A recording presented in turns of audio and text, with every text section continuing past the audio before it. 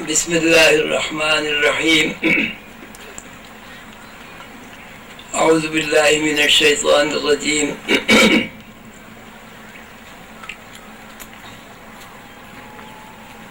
الحمدللہ آپ سب خواتین و حضرات کو اور مجھے حضور قلندر بابا اولیاء کی روح کے زیر سرپرستی رسول اللہ صلی اللہ علیہ وسلم کی تعلیمات پر تفکر کرنے کا موقع نصیب ہوا. جیسے کہ عنوان سے ظاہر ہے، ابلیس سے بچنے کی تدابیر. اس سلسلے میں اگر یہ بات ہمارے ذہن نشین ہو جائے کہ ابلیس ایک تشخص ہے، جس طرح آدم ایک تشخص ہے. ابلیسیت ایک کردار ہے، منفی کردار. جس طرح الہیت ایک کردار ہے، مثبت کردار. یہ کائنات ایک کہانی ہے. یہ کہانی اس طرح شروع ہوتی ہے کہ اللہ تعالیٰ اپنی ذات سے اس کا آغاز کرتے ہیں، اور اللہ تعالیٰ یہ بتاتے ہیں کہ کائنات کا خالق، مالک، رب، پروردگار میں ہوں. میں نے کائنات کو تخلیق کیا، اور اس کائنات کو تخلیق کرنے کا جو مقصد ہے وہ یہ ہے کہ میں چاہتا ہوں کہ کائنات میں میرے بندے مجھے جانیں، مجھے پہچانیں، میرا ادراک کریں. اس لیے کہ جاننے اور پہچاننے کے بغیر رابطہ اور تعلق قائم نہیں ہوتا. جب تک کسی چیز کے بارے میں ہمیں علم نہیں ہوتا، وہ چیز ہونے کے باوجود ہمارے لیے عدم ہے، غیب ہے، اور پردے میں چھپی ہوئی ہے. ہم کسی چیز سے یا کسی علم سے اسی وقت فائدہ اٹھا سکتے ہیں جب اس چیز سے ہمیں واقفیت حاصل ہو، اور علم سے ہم اسی وقت استفادہ کر سکتے ہیں جب وہ علم ہمیں آتا ہو اور ہم اس علم کی تفہیم رکھتے ہوں. کائنات کی تخلیق میں جو ایک بنیادی بات ہے وہ یہ ہے کہ اللہ نے کائنات میں بے شمار مخلوقات تخلیق کی. بے شمار مخلوقات میں 98% مخلوق غیر مکلف ہے، یعنی عذاب، سزا، جزا اس سے وہ مستثنیٰ ہے. 2% مخلوق مکلف ہے. ایک مخلوق جنات ہے اور دوسری مخلوق انسان یا آدم ہے. تو آدم اور جنات دو مخلوقات میں اللہ تعالی نے ایسے حواس ودیت کیے کہ جن حواس میں تفہیم ہے. تفہیم تو حیوانات میں بھی ہے. مثلا ایک بکری اس بات کو بہت اچھی طرح جانتی ہے کہ گوشت میری غذا نہیں ہے، اور اسی طرح ایک شیر اس بات سے بخوبی واقف ہے کہ پتے میری خوراک نہیں ہیں. اس کے ساتھ ساتھ کائنات میں کوئی بھی مخلوق ایسی ہمیں نظر نہیں آتی جو بھوک سے واقف نہ ہو، پیاس سے واقف نہ ہو، سردی گرمی کا احساس اس کے اندر نہ ہو، محبت نہ ہو، غضب نہ ہو، درگزر نہ ہو، دشمنی نہ ہو، آپس میں اختلاف نہ ہو، آپس میں محبت نہ ہو۔ کوئی مخلوق آپ کو ایسی نہیں ملے گی جو حواس سے خالی ہو۔ جس طرح انسان کے اندر 5 حواس کام کرتے ہیں، اسی طرح ہر مخلوق کے اندر حواس کام کرتے ہیں، چاہے وہ مخلوق چھوٹی ہو چاہے وہ مخلوق بڑی ہو۔ جب ہم حواس کی نوعیت میں دوسری مخلوقات کا موازنہ کرتے ہیں اور مخلوقات کے حواس کا تجزیہ کرتے ہیں تو انسان اور حیوان میں ہمیں کوئی فرق نظر نہیں آتا۔ انسان میں بھی ماں ہوتی ہے، حیوانات میں بھی ماں ہوتی ہے۔ ایک گائے جب ماں بن جاتی ہے تو اس گائے کے تمام تاثرات، اس گائے کے اندر تمام احساسات ممتا کے ساتھ ملے ہوئے ہوتے ہیں، بالکل اسی طرح جس طرح ایک انسان ماں کے اندر ممتا کے حواس موجود ہوتے ہیں۔ ایک پرندہ بھی اپنے بچوں سے اسی طرح محبت کرتا ہے جس طرح انسان اپنے بچوں سے محبت کرتا ہے۔ ایک پرندہ بھی اپنے بچوں کی غذا کا اہتمام کرتا ہے جس طرح ایک ماں غذا کا اہتمام کرتی ہے۔ انسانی ماں جب غذا کا اہتمام کرتی ہے اپنے بچوں کے لیے تو اس کے اوپر اتنی تکلیف نہیں آتی جتنا ایک پرندہ اپنے بچوں کو جب غذا کھلاتا ہے اس کو تکلیف ہوتی ہے۔ ماں سینے سے دودھ پلاتی ہے، پرندہ پوٹے سے اگل کر اپنے بچے کے حلق میں غذا ڈالتا ہے۔ آپ نے دیکھا ہوگا ذرا سی مچھلی ہوتی ہے تو ذرا سا کتنا آدمی بدحال اور پریشان اور پسینے پسینے ہو جاتا ہے۔ لیکن اس کے ساتھ ساتھ جو بات اللہ تعالیٰ نے فرمائی ہے انسان کے لیے وہ یہ کہ انسان کو اللہ تعالیٰ نے مکلف مخلوق قرار دیا ہے، جبکہ ان تمام حواس کے ساتھ جو انسان کے اندر موجود ہے دوسری مخلوق مکلف نہیں ہے۔ اب یہ بڑی عجیب بات ہے اور بڑی ایک معمہ ہے کہ حیوانات غیر مکلف قرار پا گئے، انسان مکلف قرار پا گئے، جبکہ حواس سب کے اندر موجود ہیں۔ سانس آدمی بھی لے رہا ہے، سانس حیوانات بھی لے رہے ہیں، نیند آدمی کو بھی آتی ہے، نیند پرندوں کو بھی آتی ہے، گرمی سردی کا احساس انسانوں کو بھی ہوتا ہے، گرمی سردی کا احساس دوسری مخلوقات کو بھی ہوتا ہے۔ اگر ہم حواس کا نام علم رکھ لیں جیسا کہ ہے، اگر سونگنا ایک علم ہے، دیکھنا ایک علم ہے، سونگنا ایک علم ہے، محسوس کرنا ایک علم ہے، بھوک پیاس تکلیف راحت خوشی غم غصہ نفرت حسد لالچ ایک علم ہے۔ اگر یہ علم ہمیں نہ ہو تو ہم کسی بھی حواس کی تعریف نہیں کر سکتے۔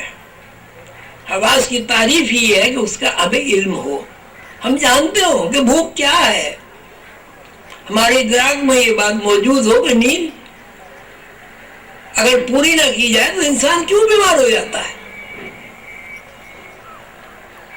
تو اب ہم یہ کہیں گے کہ وہ حیوانات ہوں یا انسان نو انسانی ہو، حواس کا تعلق براہ راست علم سے ہے۔ علم اللہ تعالیٰ نے ایک علم وہ ہے جو تقسیم کیا ہے پوری کائنات کو، اور ایک علم جو ہے جو اللہ تعالیٰ نے انسانوں کے لیے مخصوص قرار دے دیا. اس مخصوص علم کی وجہ سے انسان مکلف قرار پایا. مکلف سے مراد یہ ہے کہ انسان اس بات کا اختیار رکھتا ہو کہ وہ اچھائی اور برائی میں تمیز کر سکے، اور اس بات کا علم رکھتا ہو کہ اچھائی کیا ہے اور برائی کیا ہے. اچھائی اور برائی کا ادراک علم ہے. اچھائی اور برائی کا استعمال یا اس کا ترک یا اسے اختیار کرنا یا اسے اختیار نہ کرنا، یہ اختیار ہے. تو اللہ تعالیٰ نے انسان کو وہ علم عطا کیا جو علم کائنات میں دوسری مخلوق کو اللہ نے نہیں دیا، اور اس علم کی بنیاد پر اللہ تعالیٰ نے دو مخلوقات کو مکلف قرار دیا، ایک جنات ایک انسان. ہمارے پیش نظر انسان ہے، اس لیے ہم جنات کے بارے میں مزید گفتگو نہیں کریں گے. لیکن اس ضمن میں کہ جنات کی مخلوق بھی مکلف ہے، اس سے ہم قرآن کی تصدیق چاہیں گے. اللہ تعالیٰ نے جب آدم کو تخلیق کیا اور فرشتوں سے کہا کہ اس آدم کی حاکمیت کو قبول کرو، تو جنات سے بھی کہا کہ آدم کی حاکمیت کو قبول کرو. نہ فرشتوں کے اوپر جبر کیا گیا نہ جنات کے اوپر جبر کیا گیا. فرشتوں نے اطمینان قلب حاصل کر لینے کے بعد آدم کی حاکمیت کو قبول کر لیا، اور جن نے اپنے اختیارات کو غلط استعمال کیا اور اللہ تعالیٰ کے ساتھ سرکشی کی. اس طرح دو علوم زیر بحث آ گئے. ایک علم ہو جو سرکشی پر معمول ہے، اور ایک علم ہوئے جو فرما برداری پر معمول ہے.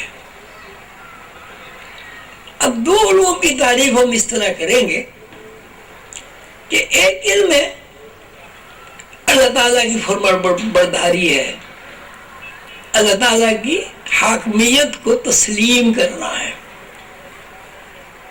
حاکمیت کو تسلیم کرنے کا مراد بھی ہے کہ اس کے اندر عاجزی ہے، انکساری ہے اور خود سپردگی ہے. اس کے بعد دوسرا جو علم شیطانی علم جس کو کہا جاتا ہے، یہ ابلیسیت جسے کہا جاتا ہے، اس کے اندر سرکشی ہے، کبر ہے، غرور ہے، حسد ہے، دشمنی ہے، کینہ ہے، دوسروں کو نقصان پہنچانا ہے. جب اب ان دونوں علوم کو سامنے رکھتے ہیں تو ہمیں قرآن اور تمام آسمانی صحائف یہ بتاتے ہیں کہ اللہ تعالیٰ کبر کو پسند نہیں کرتے، اللہ تعالیٰ دھوکے اور فریب کو پسند نہیں کرتے، اللہ تعالیٰ جلسے کو قبول نہیں فرماتے. اللہ تعالیٰ عاجزی کو پسند کرتے ہیں، عفو درگزر کو پسند کرتے ہیں، حق تلفی کو ناپسند کرتے ہیں، اور حقوق العباد پورے کرنے سے اللہ تعالیٰ خوش ہوتے ہیں. اللہ تعالیٰ خود بھی اپنی مخلوق کی خدمت کرتے ہیں، اور مخلوق سے بھی یہ چاہتے ہیں کہ اپنے بھائی بہنوں یعنی مخلوق کی وہ خدمت کریں. ابلیس سے نجات پانے کی تدابیر کے زیر عنوان آپ تقریباً 5.5 گھنٹے تفکر فرماتے رہے. میں نے بھی ایک تھوڑا سا جائزہ لیا. اس جائزے میں میرے سمجھ میں یہ بات آئی کہ اللہ تعالیٰ کے فضل و کرم سے سلسلہ عظیمیہ کے کارکنان جو میسج آپ کو دینا چاہتے تھے، آپ نے اس کو لاشعوری اور شعوری طور پر قبول کیا. اور قبولیت یہ ہے کہ یہ بات ہمارے ذہن نشین ہو گئی کہ ابلیسیت دراصل اللہ تعالیٰ کی نافرمانی ہے. ابلیسیت دراصل کبر ہے. ابلیسیت اور شیطنت دشمنی ہے. ابلیسیت اور شیطنت عاجزی اور انکساری کی بجائے انا کے خول میں بند ہو کر اپنے اوپر اور دوسروں کے اوپر ظلم کرنا ہے. سیرت طیبہ کا آپ نے مطالعہ فرمایا کتابچے میں، تمام عنوانات میں ایک ہی بات آپ کو ملے گی، وہ یہ کہ ابلیس سے نجات پانے کی تدابیر میں بنیادی فلسفہ یہ ہے کہ ایسی ہستی کا انتخاب کیا جائے جس نے ہر معاملے میں، قول میں، فعل میں، گفتگو میں، نجی زندگی میں، باہر کی زندگی میں، ازواجی زندگی میں، کاروبار میں، معاشرے میں، تجارت میں، سوداگری میں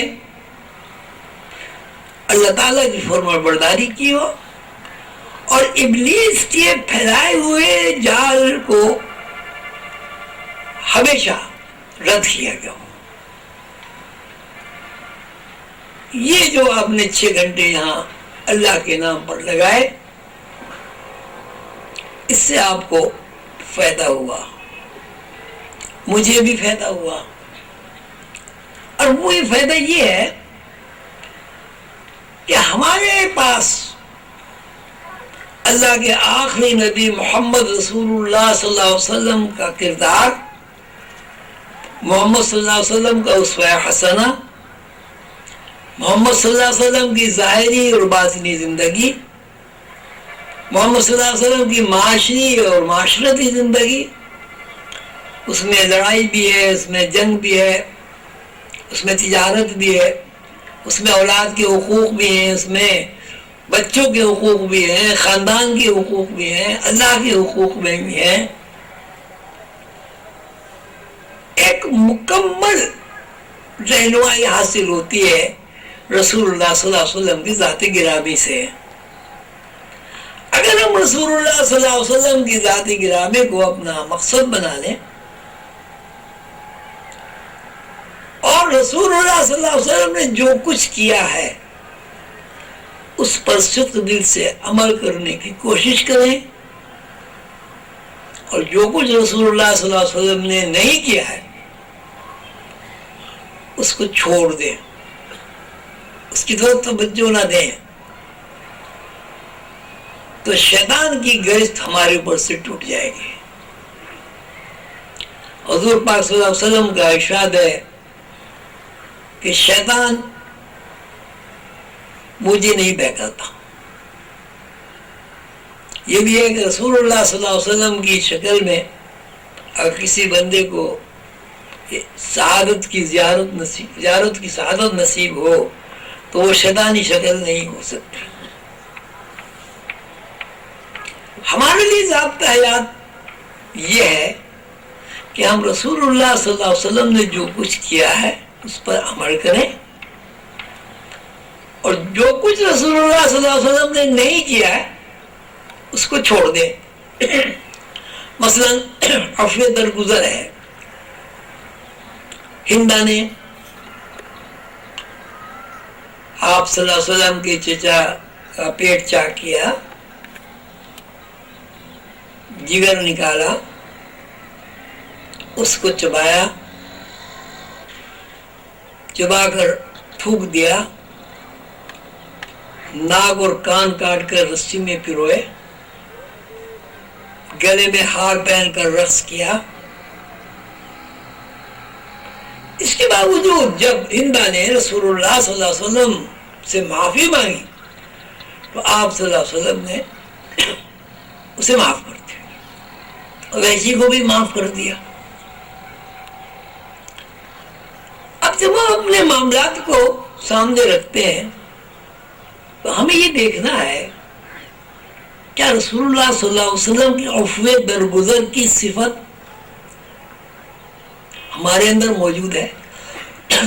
ہم ایسی باتوں کو بھی معاف نہیں کرتے جس کی ہمیں تصدیق بھی نہیں ہوتی۔ کسی نے کچھ کہہ دیا بس ہم ناراض ہو گئے۔ امت مسلمہ اپنے آپ کو کہلوانا بہت آسان ہے کہ ہم حضور پاک صلی اللہ علیہ وسلم کی امت ہے، آپ نے کلمہ پڑھا ہے، لیکن امت ہونے کا وصف یہ ہے کہ ہمارا رسول اللہ صلی اللہ علیہ وسلم کی سیرت پر عمل ہو۔ اب اس کا طریقہ آسان یہ ہے کہ ہم جتنا زیادہ سیرت کو پڑھیں گے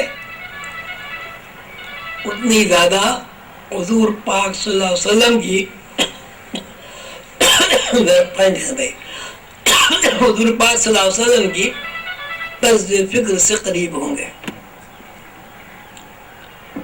محض کہنا کہ ہم رسول اللہ صلی اللہ علیہ وسلم کے عاشق ہیں، ان سے محبت ہے، ان کی امت ہے، حضور پاک صلی اللہ علیہ وسلم کے بارے میں دعوے کرنا اور عمل نہ ہونا، یہ بھی کسی طرح ایسا کردار، ایسا عمل نہیں ہے جس کو ہم یہ کہہ سکیں کہ یہ الہی علوم سے متعلق ہے۔ مختصر یہ ہے، یہ 6 گھنٹے کی، یہ 5.5 گھنٹے کی جو نشست ہے، اس سے ہمیں یہ میسج ملا، یہ پیغام کنوے ہوا کہ اگر ہمیں اپنی تخلیق کا مقصد پورا کرنا ہے، اگر ہمیں اس دنیا میں اور مرنے کے بعد کی دنیا میں سرخرو ہونا ہے، آرام پانا ہے، تو ہمیں رسول اللہ صلی اللہ علیہ وسلم سے محبت کرنا ہوگی، رسول اللہ صلی اللہ علیہ وسلم کے نقش قدم پر چلنا ہوگا۔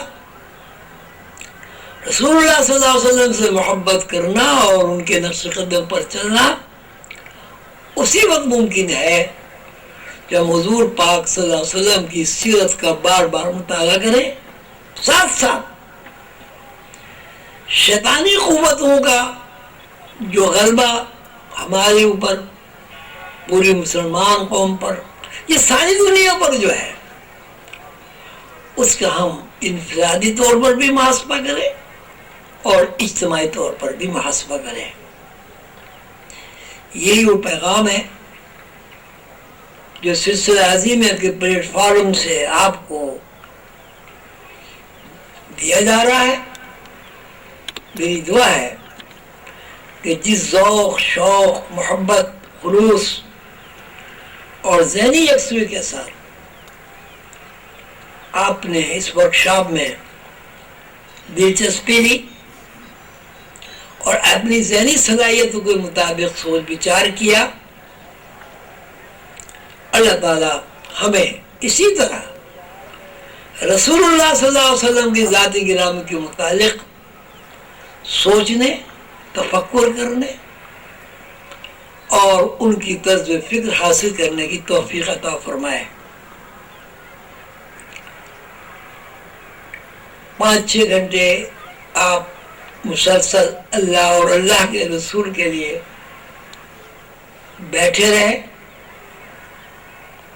اللہ تعالیٰ اس کو قبول فرمائے۔ اور یقیناً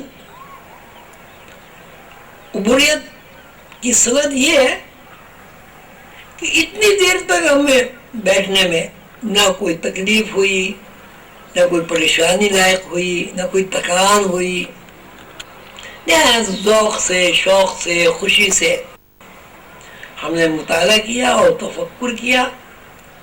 اس کا ایک فائدہ یہ بھی ہے کہ ہمارے اندر تفکر کرنے کا ایک پیٹرن کھڑا، ایک پیٹرن بنا، دماغ میں ایک دروازہ کھلا، سوچ بچار کا دروازہ کھلا. ہم نے کوشش کی، جدوجہد کی کہ ہم ذہنی تفکر حاصل کرنے کی مشق کریں. اس کے لیے ہم نے جدوجہد کی. اللہ تعالیٰ کا قرآن پاک میں ارشاد ہے والذین جاہدوا فینا لنہدینہم سبلنا. جو لوگ اللہ کے لیے خالصتاً اللہ کے لیے، فینا اللہ کے اندر، اللہ کو ڈھونڈنے کے لیے، اللہ سے قرب حاصل کرنے کے لیے، اللہ کو پہچاننے کے لیے، اس میں کھوٹ نہیں ہوتا، دنیاوی ملاوٹ نہیں ہوتی، صرف اللہ ہوتا ہے. والذین جاہدوا فینا، کہ وہ لوگ جو جدوجہد کرتے ہیں، وہ کوشش کرتے ہیں ہمارے اندر، ہمارے لیے، لنہدینہم سبلنا، ہم ان کو اپنے راستوں کی ہدایت بخشتے ہیں، ہدایت عطا فرماتے ہیں. حضور قندر بابا فرماتے ہیں کہ جب انسان جدوجہد اور کوشش کرتا ہے دنیا کی، تو اسے دنیا مل جاتی ہے. جب دین کی کوشش کرتا ہے اسے دین مل جاتا ہے. لیکن دین کی بھی قسمیں ہیں. ایک دین یہ ہے کہ آپ جنت کے لیے جدوجہد کرتے ہیں. جب آپ جنت کے لیے جدوجہد کرتے ہیں تو جنت کہتی ہے آؤ لبیک. جب آپ دوزخ کے لیے جدوجہد کرتے ہیں دوزخ کہتی ہے آؤ لبیک.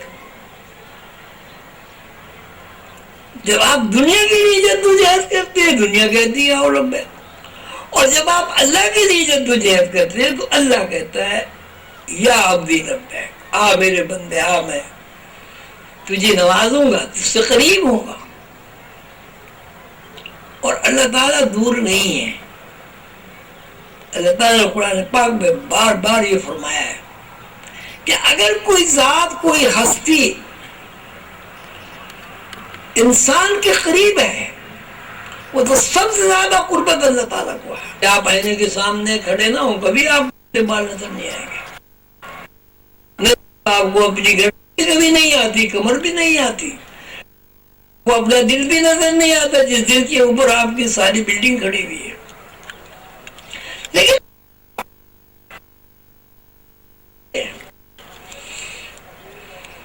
تو آپ کو اپنا ظاہر بھی نظر آئے، ظاہر بھی بغیر دیکھے نظر نہیں آتا.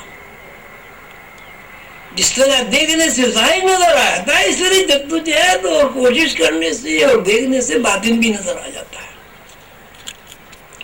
اللہ تعالیٰ ہمیں اس لیے نظر نہیں آتے کہ ہم اللہ کو دیکھنے کی جدوجہد ہی نہیں کی. اللہ تو قریب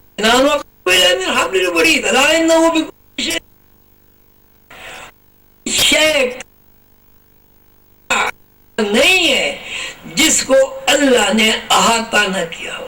الا انہ بکل شیء محیط. اللہ تعالیٰ فرماتے ہیں وفی انفسکم افلا تبصرون، میں تمہارے اندر ہوں، تمہارے نفسوں میں ہوں. افلا تبصرون، بڑے تعجب کی بات ہے، تم مجھے دیکھتے ہی نہیں ہو. اگر قریب ترین کوئی ہستی ہے انسان سے وہ اللہ ہے. اللہ نور السماوات والارض، کہ اللہ زمین آسمان کی روشنی ہے. سائنس نے یہ بتا دیا ہے کہ انسان کے اوپر ایک اورا ہوتا ہے. انسان روشنیوں کا بنا ہوا ہے، انسان لائٹ ہے.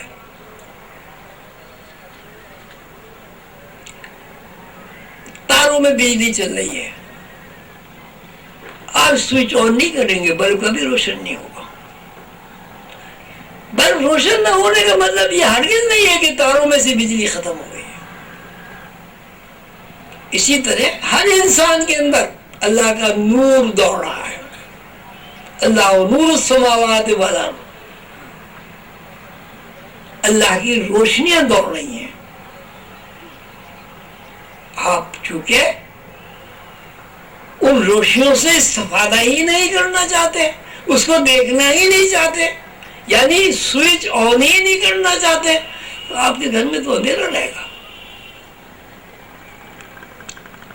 یہ تمام سلاسل اور بالخصوص سلسلہ عظیمیہ کی جتنی کاوش ہے، جتنی جدوجہد ہے، یہ جتنے اجتماعات ہیں، وہ ورکشاپ کے نام سے ہو، روحانی فکری نشست کے نام سے ہو، یہ میلاد النبی کے حوالے سے ہو، تقاریر کے عنوانات سے ہو، اس کا ایک منشا، واحد مقصد وہ یہ ہے کہ انسان سے اگر کوئی چیز قریب ترین ہے تو وہ اللہ ہے، اور انسان کی یہ عجیب بد نصیبی ہے، اگر وہ دور ہے تو اللہ سے دور ہے، ہر چیز سے وہ قریب ہے، ذہنی طور پر بھی، جسمانی طور پر بھی، لیکن اگر کہیں دوری ہے تو اللہ سے دوری ہے۔ اللہ سے دوری انسان کو کبھی خوش نہیں ہونے دے گی۔ اللہ سے دوری مطلب انسان ہے، اب انسان یا دور ہوگا یا قریب ہوگا۔ دور اور قریب دو ایسی سمتیں ہیں، یہ دو ایسے رخ ہیں، یہ دو ایسے عنوانات ہیں کہ ان دو کے بغیر کوئی انسان زندگی گزارنے کا تصور نہیں کر سکتا، یا دور ہوگا یا قریب ہوگا۔ جب کوئی بندہ اللہ سے دور ہوتا ہے وہ شیطان سے قریب ہو جاتا ہے، جب کوئی بندہ شیطان سے دور ہوتا ہے وہ اللہ سے قریب ہو جاتا ہے۔ شیطان سے قربت کیا ہے کہ آپ کے اندر انا ہو، آپ کے اندر غرور ہو، آپ کے اندر حلال حرام کی تمیز نہ ہو، یعنی وہ ساری باتیں آپ کے اندر موجود ہوں جو 1,24,000 پیغمبروں نے آپ کو بتائی ہیں، اور آپ آنکھیں بند کر کے خود ساختہ اندھے بن گئے، آپ کانوں میں روئی ٹھوس کر بہرے بن گئے، آپ نے اپنے دماغ کو معطل کر لیا ہے، سب کچھ جانتے ہیں، سب کچھ سنتے ہیں، لیکن جب شیطان کا معاملہ آتا ہے آپ ہوشیار ہو جاتے ہیں، آپ کے کان بھی کھل جاتے ہیں، آپ کی آنکھیں بھی کھل جاتی ہیں، آپ کا دماغ بھی کام کرنے لگتا ہے، آپ کے اعصاب بھی مضبوط ہوتے ہیں۔ جب نماز کا وقت آتا ہے تو موت طاری ہو جاتی ہے، اور جب گانے کا وقت آتا ہے تو آپ ایسے چاق اور چوبند ہو جاتے ہیں جیسے پتہ نہیں کتنی انرجی اور توانائی شیطان نے آپ کے اندر اڑیل دی ہے۔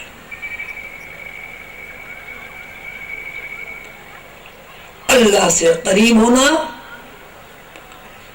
کوئی ایسا کام نہیں ہے جو آپ کوئی نیا کام کر رہے ہیں۔ اصل میں سب سے پہلی واردات، سب سے پہلی کیفیت، سب سے پہلا سینس، سب سے پہلے حواس، سب سے پہلا ادراک، سب سے پہلی فہم اگر آپ کے اندر پیدا ہوئی وہ یہ ہوئی الستو بربکم۔